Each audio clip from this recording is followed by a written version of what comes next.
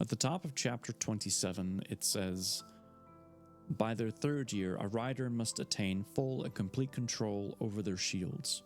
Otherwise, in moments of extreme stress, they are susceptible to being not only influenced by their dragon's emotions, but controlled by them."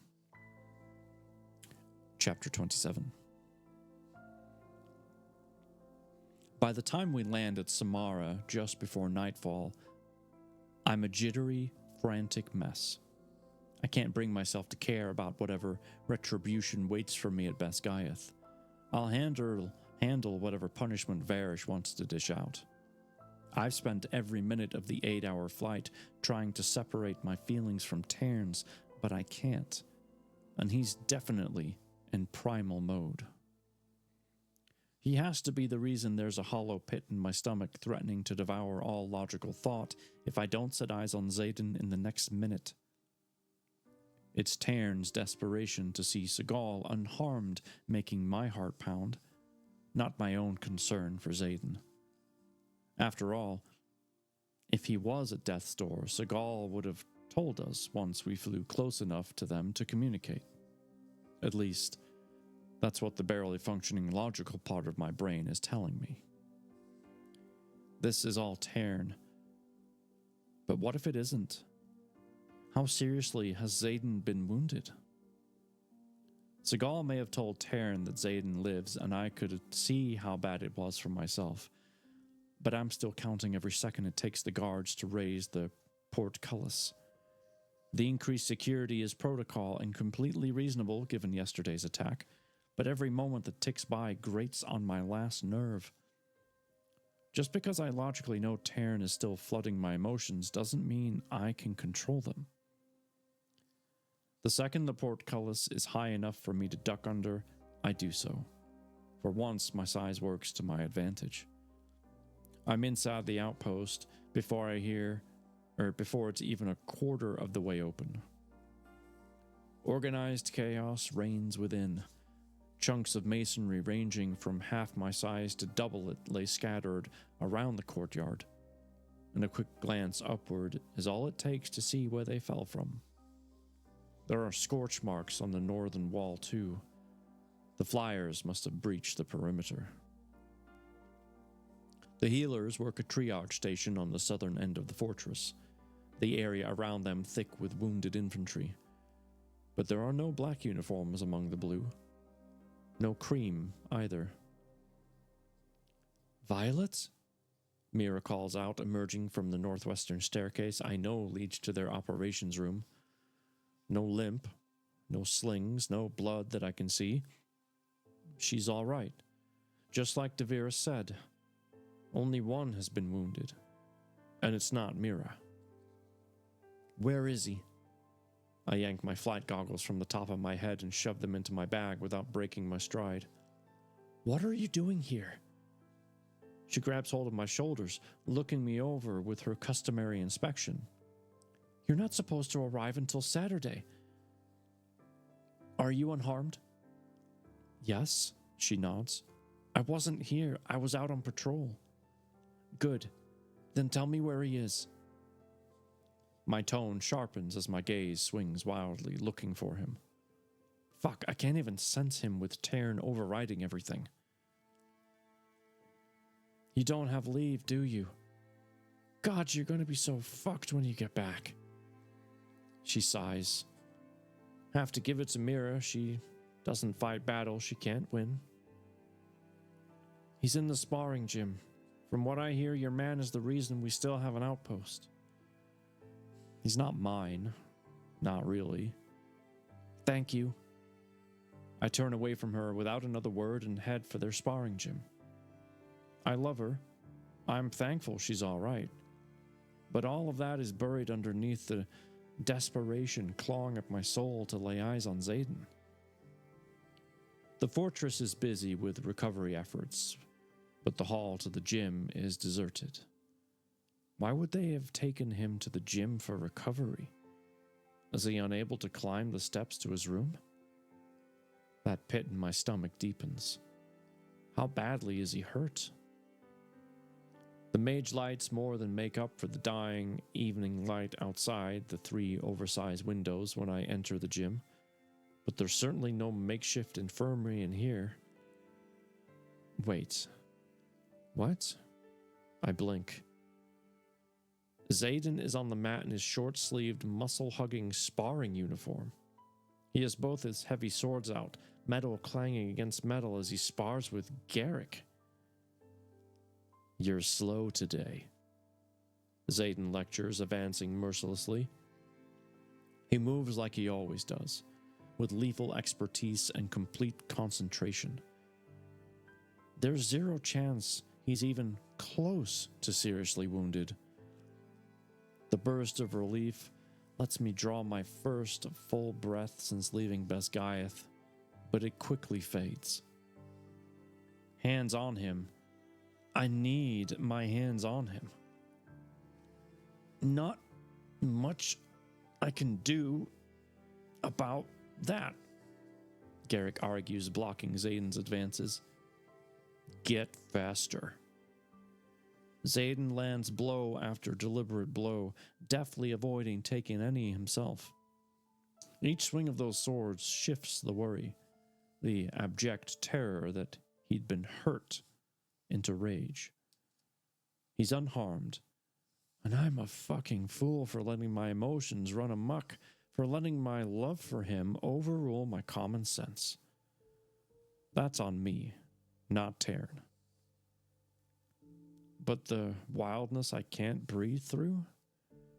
That's 100% Black Morning Star tale, and I can't break free, can't raise my shields enough to own myself. I step into Xaden's line of sight, my toes hitting the edge of the mat. Xaden glances towards me and his eyes widen for all of a heartbeat before he nails Garrick in the face with his elbow, sending him tumbling to the ground. Ouch. Garrick sprawls across the mat, his sword slipping from his hands. Damn. We're done, Xaden says without even looking back, already headed toward me, eating up the half-dozen feet that separate us with those long, prowling strides of his. I had my shields up. What are you doing here? His eyes widen, like he can feel the chaos within me. Violence. Are you all right? What am I doing here? I bite out each word as my eyes rake over him, looking for wounds Devera spoke of. Did I misinterpret her gesture? Did I really just fly here for nothing? My hands begin to shake. I have no fucking clue. This isn't you. His gaze sweeps over me. I know that. I shout, torn between weeping and gratitude that he's alive and seemingly unhurt, and destroying the entire gym, the entire fortress, because he was ever put in danger. I can't get him out. Hold on. He shoves my pack off my shoulders and it falls to the gym floor before he sweeps me up against his chest. I wrap my arms around him and shove my face into his neck, breathing in deep. He smells like mint and leather and mine. Oh, for fuck's sake. Am I scenting him? Xaden walks us straight into the gym's bathing chamber, and I get a quick glimpse of polished stone walls, high, glazed windows partially cracked open, and a row of wide benches under the center of 3 lines of spouts, not dissimilar to the ones at Basgiath. With a flick of his fingers, the door slams shut, and then he works a lever on the wall. Water streams from the spout and the aqueduct overhead, soaking us both in what feels like ice.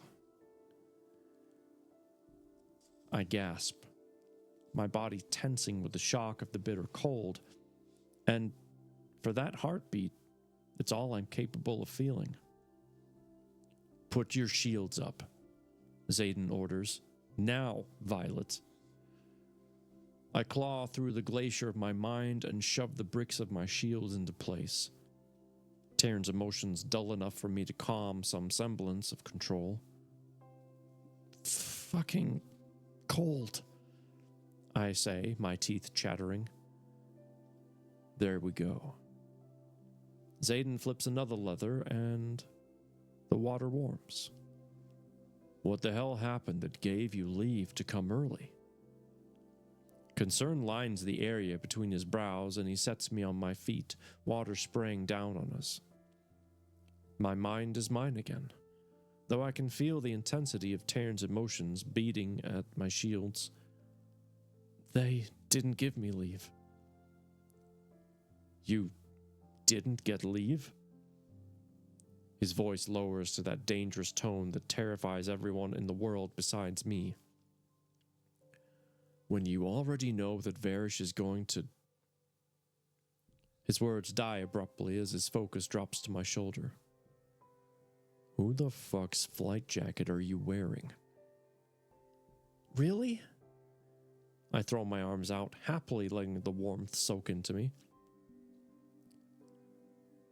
It has 3rd year rank, 4th year wing insignia, and a section leader's designation. Who the hell's jacket do you think I'm wearing? His jaw ticks, water steaming down his face. It's Bodhi's, you territorial asshole. That answer doesn't seem to help. Are you serious right now? I unbutton the fucking jacket and tug at the sleeves, but leather is a bitch when wet, and it takes a moment to yank it free. I ran out of battle brief the second Devera clued me in that you'd been wounded. Yes, I left without leave. Then I flew 8 hours at breakneck speed with an absolutely irrational Taryn who thought you'd been hurt. Then Seagal could have been too. And now you pull some possessive, jealous, whose jacket is that bullshit just because your cousin knew I was so panicked that I wouldn't stop for my own flight leathers? I flat out glare at his nonsensical ass and drop the jacket to the floor. You can fuck right off. A corner of his mouth turns up. You were worried about me. Not anymore, I'm not. I see red. How can he find this amusing? But you were. A slow smile spreads across his face and his eyes light up. You were worried about me. He reaches for me. Do you think this is funny? I step back out of his reach only to find the water slick wall at my back. No. He cocks his head to the side, his smile slipping. You seem a little angry that I'm not at Malik's doorstep. Would you rather I be bleeding to death at the infirmary? No. Of course he doesn't get it.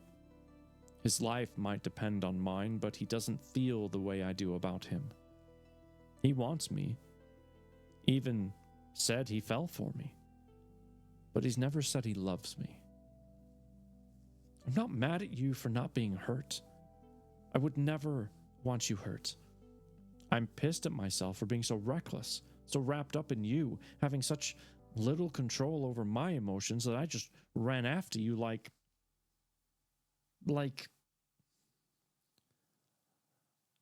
a lovesick little fool. And you're always calm, collected, and in control. You would have waited for all the information, and you sure as hell never, ever would have let Seagal emotions take over. My words die as Xaden wrenches up the wet sleeve of his right arm, exposing a puckered, angry red line that stretches from the top of his shoulder to halfway down his biceps. It's an inch thick at the top and triple that where it ends. He's obviously been mended, and if the scar is still that raised, he must have also lost his arm. Or almost lost his arm, excuse me.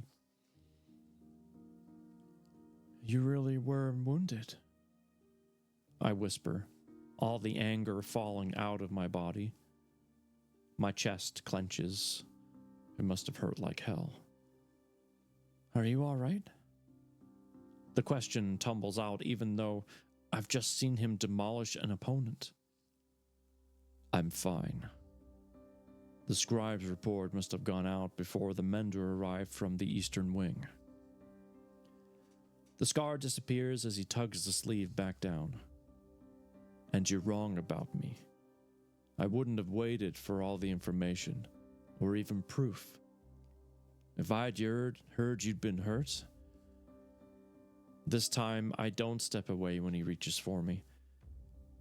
His arm winds around my waist and his hand splays on the small of my back to guide us out of the water's direct spray. The inches between us are both a gift and a curse as he leans in. I'm not always calm or collected, and I'm never in control when it comes to you. My heart leaps at his words, at the ever-present tension that rises between us, at the awareness that spreads through me from that single touch. It's not just the water warming me. Even now, I'm not doing what I should. His words come out clipped. Which is? Hauling your ass to the mat until you're a hot, sweaty, aching mess from a dozen rounds of sparring. His jaw ticks, because I warned you never to put your life at risk over something as trivial as talking to me. And yet you did just that. Again. I'm down with everything but the sparring. Shit, that comes out breathless. And it's not up to you to punish me anymore. I'm no longer in your chain of command. Oh, I know. And somehow it was a hell of a lot easier on us both when you were. You want full disclosure when it comes to me, right? How was this for open? His gaze drops to my mouth. I would have done the same thing you did because I'm just as reckless for you as you are for me. A sharp, sweet ache consumes my chest. Gods, I want to believe that, but I also want more. I want the same 3 words he demands from me. I run my tongue over my bottom lip and his eyes flare as steam fills the room. You were worried for me. The first time he said it, he came out amused. The second sounded happy, but this time, his tone shifts as if it's a revelation. Of course I was worried for you. He draws me forward slowly, giving me every chance to object before bringing our bodies flush. The heat of him soaks into every chilled part of me, and all the burning worry I'd felt on the flight here and the searing anger that followed transforms into an entirely different and far more dangerous form of heat. Fuck. I want him. I want to touch every inch of his skin, feel his heartbeat against mine in assurance that he's really all right. I want his body over me, inside me, as close as humanly possible. I want him to make me forget there's anything beyond this room for the two of us. And you flew here without even stopping to get your leathers. He lowers his head inch by torturously slow inch. I nod. Because you still love me. He whispers against my lips, a heartbeat before he kisses me. Thank God he doesn't wait for my denial because I'm not sure I have it in me to give one. Not with the way he toys with my bottom lip, nipping it gently, then stroking his tongue over the curve, It feels too good, too right, too everything. It's the first time since Aritia that he hasn't waited for me to ask. The first time his infamous self-control has slipped. The first time he's gambled with possible rejection. Kissed me simply because he wanted to. And fuck. That's exactly what I need. For him to need me. I part my lips in invitation, not just because I want him, but because he's acting on a confession I didn't have to pry out of him or even ask for. He groans, his arms surrounding me, and the kiss becomes exactly what he called himself, reckless. The feel of his tongue flicking against mine, the claiming, stroking is a flame to a tinderbox, and I catch fire. Need, lust, desire, whatever it is, dances down my spine and gathers, becoming an insistent ache between my thighs. Rising on my toes to get closer, I loop my arms around his neck, but we're still not close enough. His hands work the buttons of my uniform, and I reluctantly relinquish my grip so he can slide it off. It smacks onto the floor somewhere to the left. I tug on his shirt, desperate for the feel of him. And he obliges, grabbing hold of it behind his neck and dragging it overhead, revealing miles and miles of warm, wet skin. I kiss the scar right above his heart and stroke my hands down his sides, my fingers tracing the hard dips and grooves along his stomach. There's nothing in this world that compares to him. He is complete, utter perfection, his body carved from years of sparring and flight. Violet.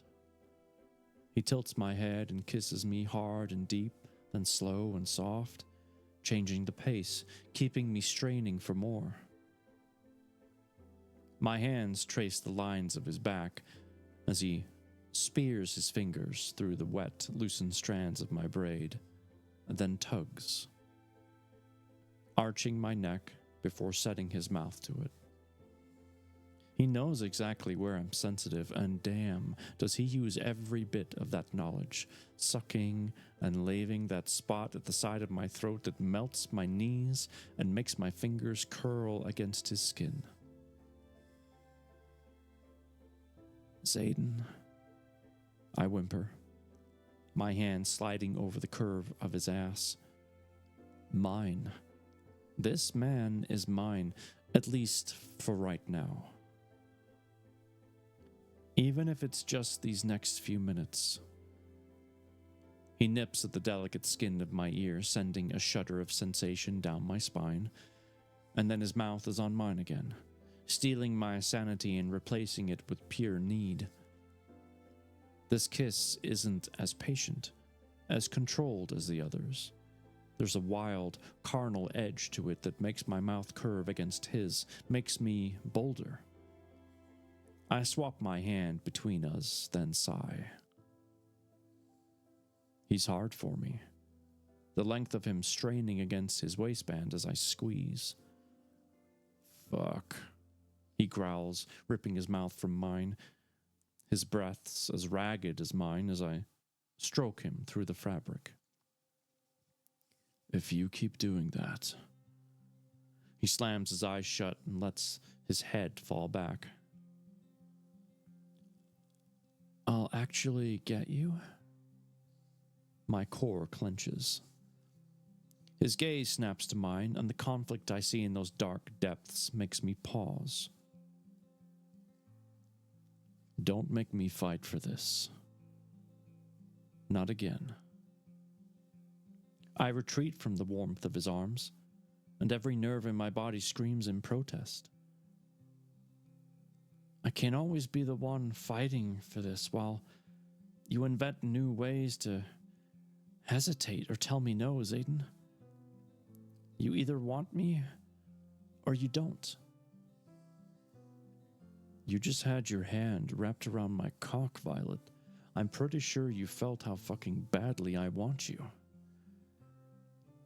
He rips his hand through his wet hair. Gods, I am the one fighting for this, he argues, gesturing between us. I told you, I'm not using sex as a weapon to get you back. You'll just weaponize it with your little rule to make me say the 3 words I'm not ready to give you. And that edge of maddening need has me riding it just sharp enough that I might cave. I crave him that fucking much. Weaponizing it against you? He shakes his head. You told me that you can't separate emotion from sex, remember? I open, then shut my mouth. He's right. I did say that. Shit. Maybe I'm learning how. Maybe I don't want you to. He takes a step forward and cups the back of my neck. I want you exactly how you are, emotions and all. I want the woman I fell for. If it kills me every time I have to keep my hands off you, every night I lie awake next to you, both blessed and damned with the memory of how hot, how wet, how fucking perfect you feel when I'm losing myself in you. My lips part and heat flushes my skin as if his words are an actual caress. When I do sleep, I dream of the sounds you make right before you come and the way the blue in your eyes outshines the amber right after, all sated and hazy. I wake up starving for you, only you, even on the mornings you're halfway across the kingdom.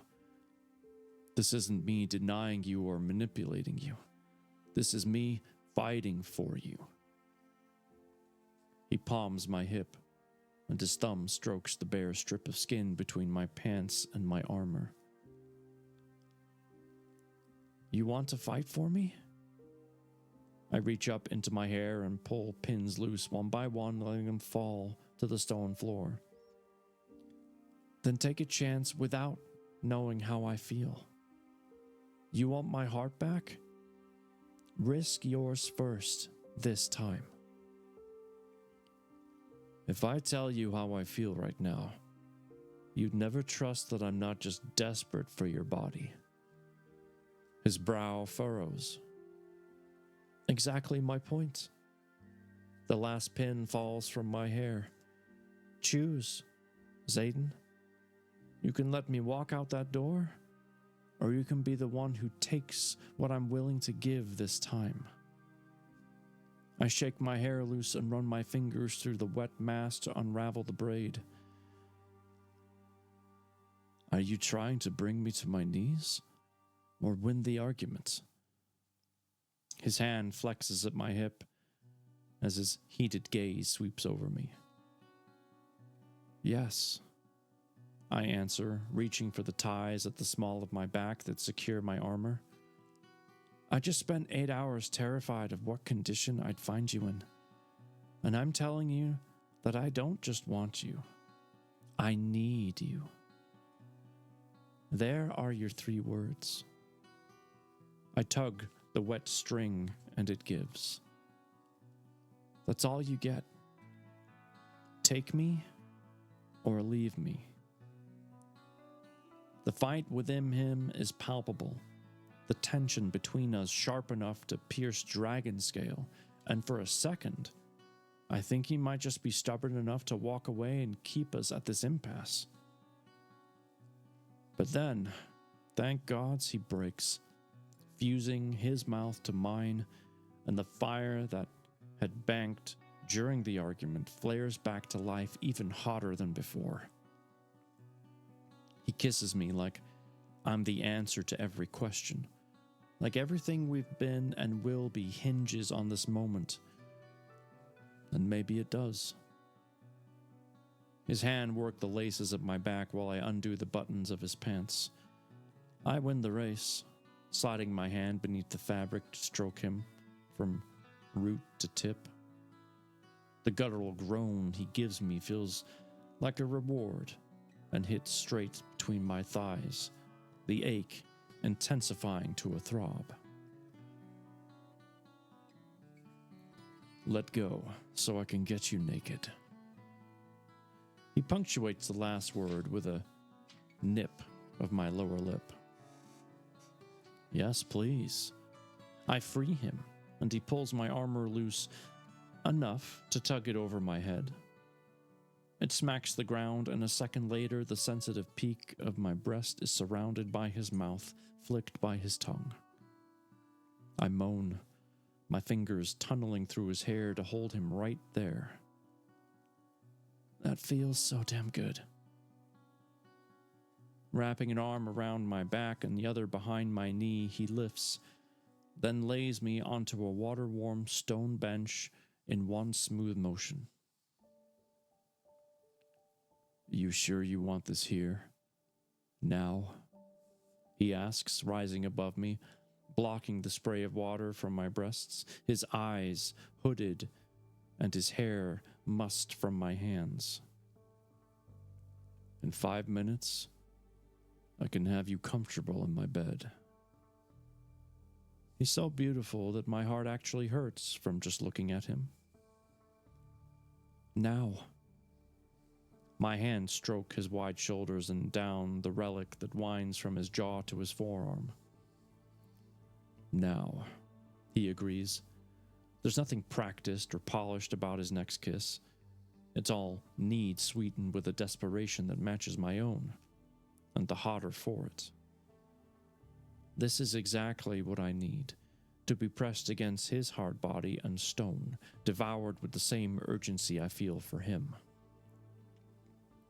His hand skims down my curves, following the dip of my waist before skimming my waistband and undoing the buttons of my pants one by one.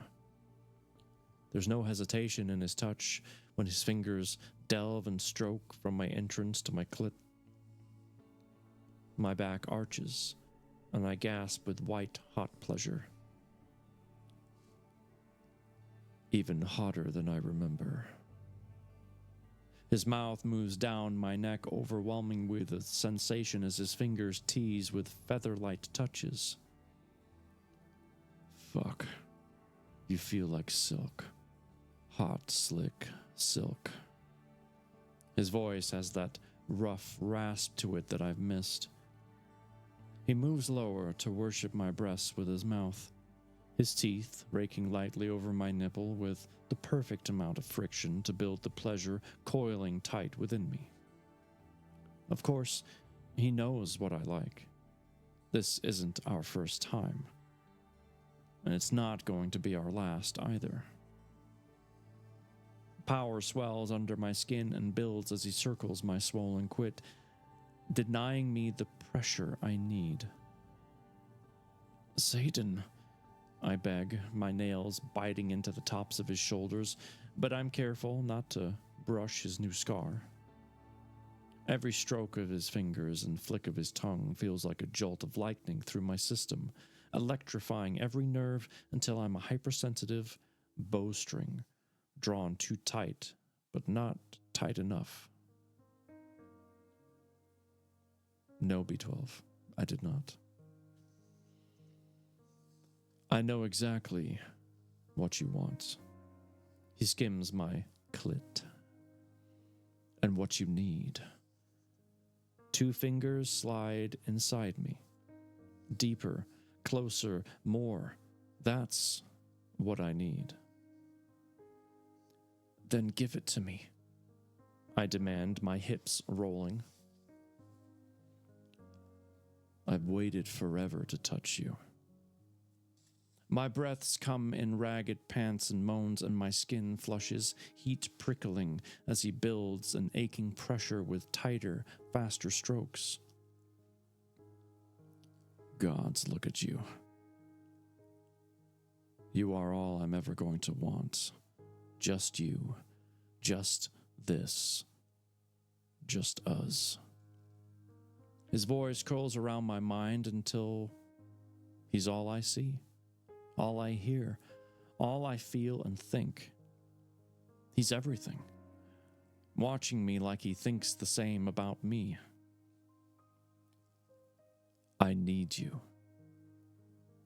Maybe need isn't the right word, but there's no other term that captures how essential he is to my existence. I shove my thumbs into the waistband of my pants and push. I need them off, now. Same. We're a frenzy of questing hands and mouths as we struggle out the rest of our wet clothes. I have a whole new reason to curse these boots, but Xaden makes quick work of them, stripping me bare. I ghost my lips over the new scar on his arm, more than aware of how close I came to losing him.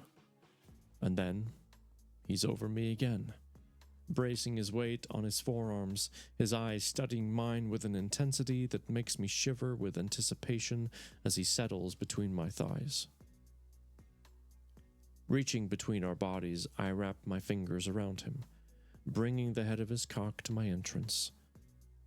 I'll die if he makes me wait any longer.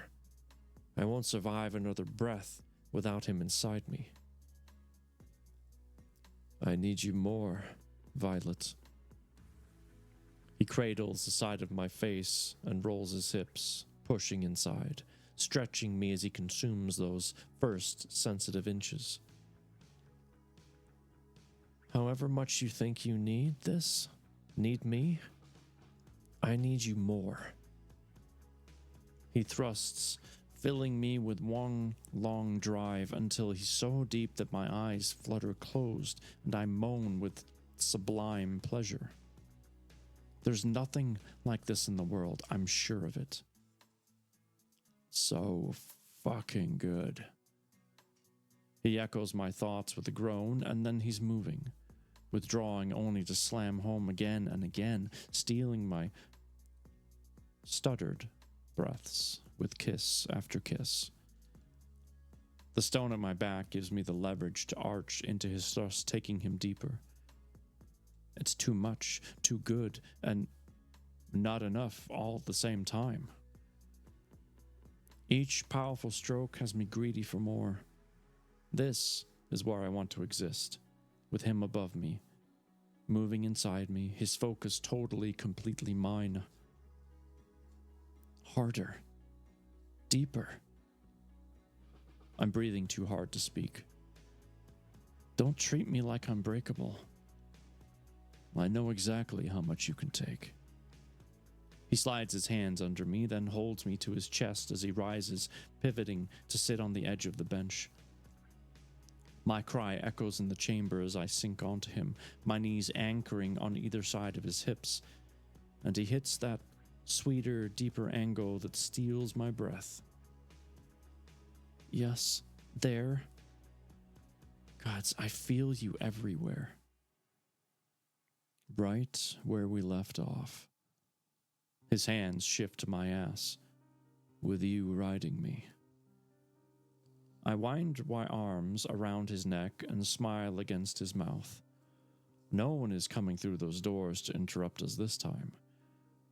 There is only the sound of water hitting the bench beside us and our bodies coming together again and again, our hearts pounding, breath strained between long, drugging kisses.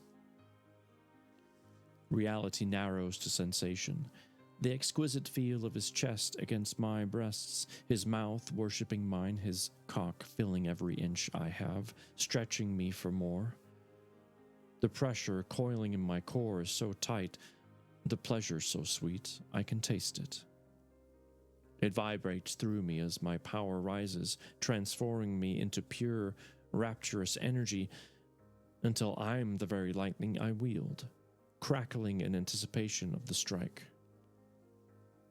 More, he growls. I want everything, Violet. You have it.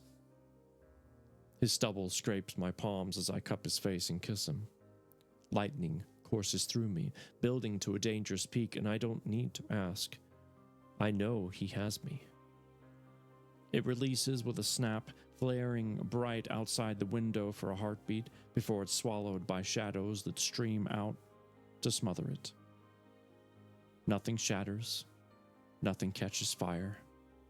He knows how my body reacts, knows exactly how to push me to the breaking point, and he has me covered when I explode. I love him. I love him. I love him. I'm not ready to give him the words, the power that comes with them, but I can't keep them from myself. Chant them like my own personal codex, the only truth I'm certain of.